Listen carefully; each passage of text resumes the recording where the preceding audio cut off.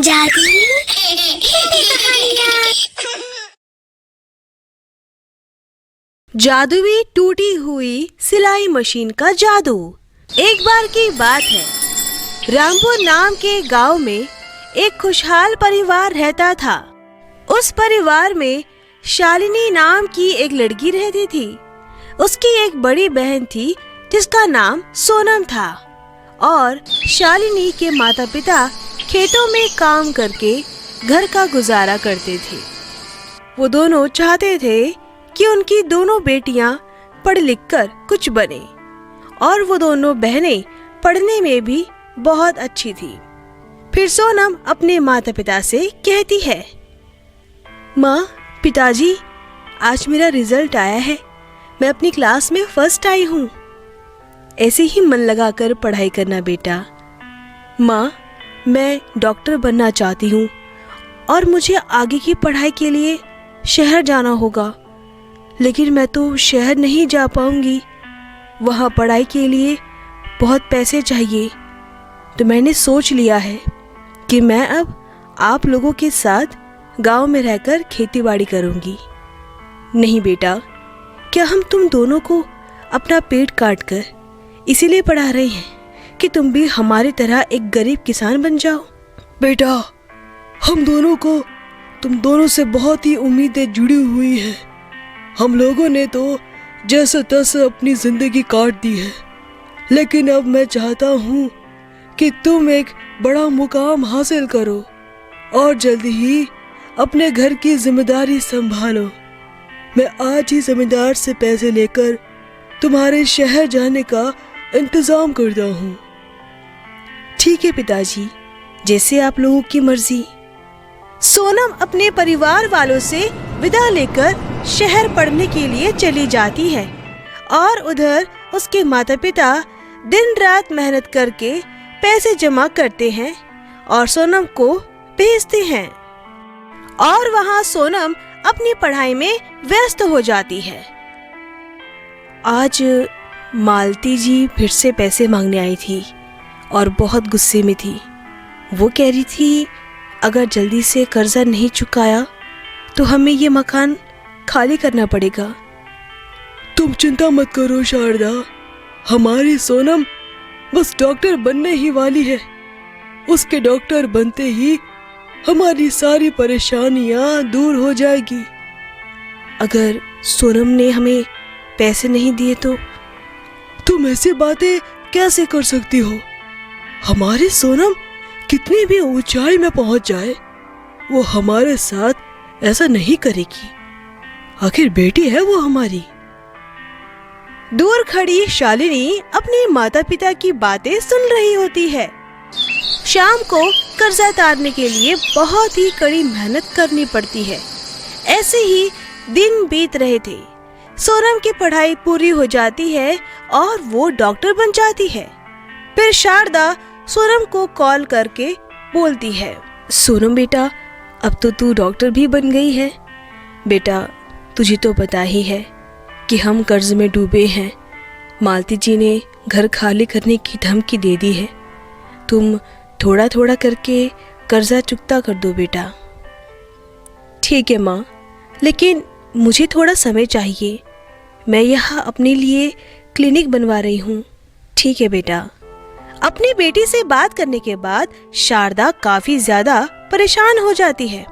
माँ को इस तरह परेशान देखकर शालिनी मन ही मन कुछ काम करने का मन बना लेती है। शालिनी उसी वक्त काम की तलाश में बाहर चली जाती है। बाहर उसे कोई काम समझ में नहीं आता। फिर वो घर जाकर अपनी टूटी हुई सिलाई मशीन देखती है। ये तो टूटी हुई है, मुझे नई सिलाई मशीन खरीदनी पड़ेगी। पर मेरे पास तो इतने पैसे भी नहीं हैं। अब मैं क्या करूं? मैं एक काम करती हूँ, पुरानी सिलाई मशीन उधार में लाती हूँ। शालिनी को पुरानी सिलाई मशीन भी बहुत महंगी पड़ती है। फिर वो उदास होकर घर जा रही होती है। अरे, ये चिड़िया को पिंजरे में किसने बंद किया? मैं एक काम करती हूँ, इस चिड़िया को अपने घर ले जाती हूँ। तुम्हें भूख लगी है ना प्यारी चिड़िया? मैं तुम्हें घर जाकर दाना पानी दूंगी। शालिनी उस चिड़िया को घर ले आती है। अरे शालिनी बेटा, ये चिड़िया कहाँ से मिली? शालिनी अपनी माँ को सब बता देती है। माँ, मैं काम की तलाश में बाहर गई थी, पर मुझे कुछ भी समझ में नहीं आ रहा कि मैं क्या काम करूं। और फिर अचानक से मुझे ये चिड़िया मिली और मैं इसे अपने घर ले आई। कोई बात नहीं बेटा, तुझे काम करने की कोई जरूरत नहीं है। तू तो हमारी छोटी बेटी है, तू बस अपनी पढ़ाई में ध्यान दे। फिर शालिनी उसे दाना पानी देती है। माँ, इस चिड़िया को भूख लगी होगी ना? हम इस चिड़िया का नाम टूनी चिड़िया रखेंगे। शालिनी उस चिड़िया को अपने साथ रखकर सो जाती है। जब शालिनी सुबह उठती है तो देखती है उसके सामने उसकी टूटी हुई सिलाई मशीन सही सलामत रखी हुई थी। शालिनी उस मशीन को देखकर बहुत खुश हो जाती है। अरे, टूनी चिड़िया कहाँ गई? कहीं वो चली तो नहीं गई? और ये सिलाई मशीन ये कैसे जुड़ गई? ये तो टूट गई थी। फिर सामने एक प्रकाश होता है, वहाँ पर वही टूनी चिड़िया होती है। शालिनी, तुमने मेरी बहुत मदद की। मुझे अपने घर लाकर खाना खिलाया, इसीलिए मैं तुम्हारी मदद करना चाहती थी। ये सिलाई मशीन तुम्हारी है, मैंने इसे अपनी जादू से ठीक कर दिया है। लेकिन अब ये कोई मामूली सिलाई मशीन नहीं है, अब ये एक जादुई सिलाई मशीन है। तुम्हें इसमें कपड़े काट कर रखने हैं, ये खुद अपने आप कपड़े सिल देगी। जादुई सिलाई मशीन, इसका मतलब अब मैं जल्दी पैसे कमाकर सारा कर्जा भी चुकता कर सकती हूँ। हाँ शालिनी, अपना ध्यान रखना, मैं चलती हूँ। टूनी चिड़िया वहाँ से चली जाती है। फिर शालिनी उस सिलाई मशीन में कपड़े काट कर रखती है और देखती है कि वो सिलाई मशीन खुद ब खुद एक सुंदर सी ड्रेस तैयार कर देती है। फिर इसी तरह शालिनी रोजाना कपड़े सिलती थी और ये बात पूरे गांव में फैल जाती है। फिर गांव की सभी महिलाएं शालिनी के पास अपने कपड़े सिलवाने के लिए आती हैं और धीरे धीरे शालिनी के पास बहुत काम होने लगा था। वो अच्छा पैसा कमाने लगती है और घर में ज़रूरत का सामान भी लाती है। जादुई सिलाई मशीन से सिले हुए कपड़े लोगों को बहुत पसंद आते थे। तभी शालिनी को एक बहुत बड़ा ऑर्डर मिलता है। शालिनी, ये बहुत बड़ा ऑर्डर है। अगर तुमने पूरा ऑर्डर कंप्लीट कर दिया तो तुम्हें इसके बदले बहुत पैसे मिलेंगे और तुम्हें इस पूरी कंपनी का ऑर्डर भी मिल जाएगा। आप निश्चिंत रहिए, आपको सारे कपड़े तैयार मिलेंगे मैडम। शालिनी रात को कपड़े काटकर मशीन के पास रख देती है और सुबह उठकर देखती है तो उस जादुई सिलाई मशीन से बहुत ही सुंदर सुंदर कपड़े तैयार रहते हैं। शालिनी ये सब देखकर बहुत ज़्यादा खुश होती है और वो अपनी मैडम को कॉल करके कहती है, मैडम, आपके कपड़े तैयार हैं। अरे वाह, इतनी जल्दी? ठीक है, मैं आती हूँ। फिर वो मैडम शालिनी के पास आती है और वो इतने सुंदर कपड़े देखकर हैरान हो जाती है। अरे वाह शालिनी, तुमने तो कमाल कर दिया। ये लो तुम्हारे पैसे।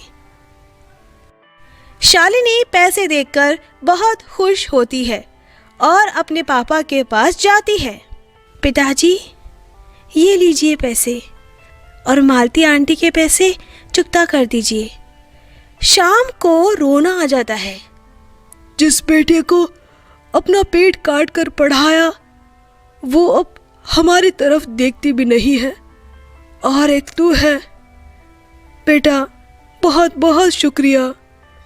पिताजी, आप शुक्रिया मत कहिए, ये बस आप लोगों का ही आशीर्वाद है। जब तक मैं हूँ तब तक आपको किसी भी चीज की कमी महसूस नहीं होने दूंगी। फिर शाम मालती को पैसे लौटा देता है और तीनों खुद का बड़ा सा घर लेकर आराम की जिंदगी जीते हैं। तभी एक दिन सोनम घर आती है और अपना घर देखकर हैरान हो जाती है। माँ, ये हमारा घर है, इतना बड़ा, इतना सुंदर, ये सब कैसे हुआ? बेटा, ये घर शालिनी ने अपनी मेहनत से बनाया है। तुमने तो बुरे वक्त में हमसे मुंह मोड़ लिया था, अब क्या लेने आई हो यहाँ? ये सब सुनकर सोनम को बहुत दुख होता है और अपने माँ पिताजी से माफी मांगती है। माँ, मेरी वजह से आप लोगों को दुखों का सामना करना पड़ा, मुझे माफ कर दो माँ पिताजी। फिर शारदा और श्याम सोनम को माफ कर देते हैं और चारों उस घर में हंसी खुशी रहने लगते हैं। तो दोस्तों, अगर आपको हमारी कहानी पसंद आई हो तो इसे लाइक करना और शेयर करना और हमारे चैनल को सब्सक्राइब करना मत भूलना।